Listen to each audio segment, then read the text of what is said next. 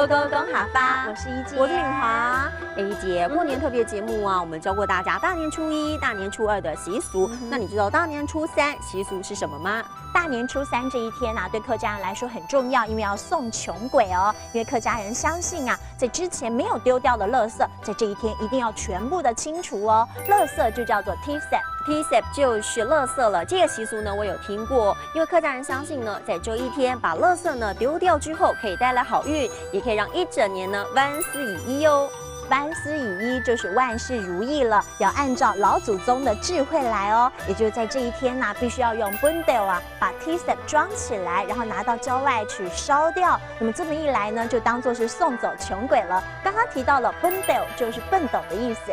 bundle 就是笨斗了。那今天呢，我们要教大家一整句话，就是用笨斗装垃圾丢掉。这句话怎么说呢？这句话应该要告诉大家的是，用 bundle 总 TSEP backpack。用 bundle 总 TSEP backpack。今天勾勾恭好发带你一块来体验一下大年初三客家人如何送穷鬼。哎，一大早你在做什么啊？我在贤惠啊，我没有啦，我要送穷鬼。什么叫做送穷鬼？就是客家人啊，说大年初三的时候要把之前没有丢掉的 TSEP 啊，都把它丢掉，这样子啊就可以万事如意咯。哦，还有这样子的意义哦。所以妈妈，你赶快帮我把那个 bundle 啊拿给我。我们把这些 TSEP 装起来，拿出去丢掉，我们就可以送穷鬼了。走吧，走 ，Go Go Go！哎妈，按照习俗啊，这些 TSEP 应该要拿去烧掉，但是要环保，我们就等会把它拿去回收吧。好。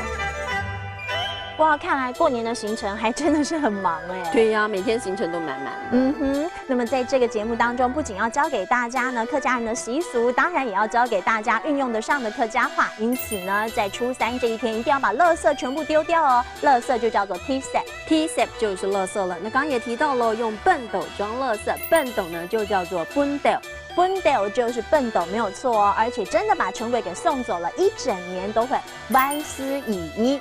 万事如意就是万事如意了。那今天呢，我们要教大家一整句话，就是用笨斗装垃圾丢掉。这句话要怎么说呢？这句话应该要帮大家复习的是用 bundle 总 TSEP backpack。用 bundle 总 TSEP backpack。今天勾勾恭好发就告诉你这样的一个很重要客家人大年初三的习俗哦。我们下次见。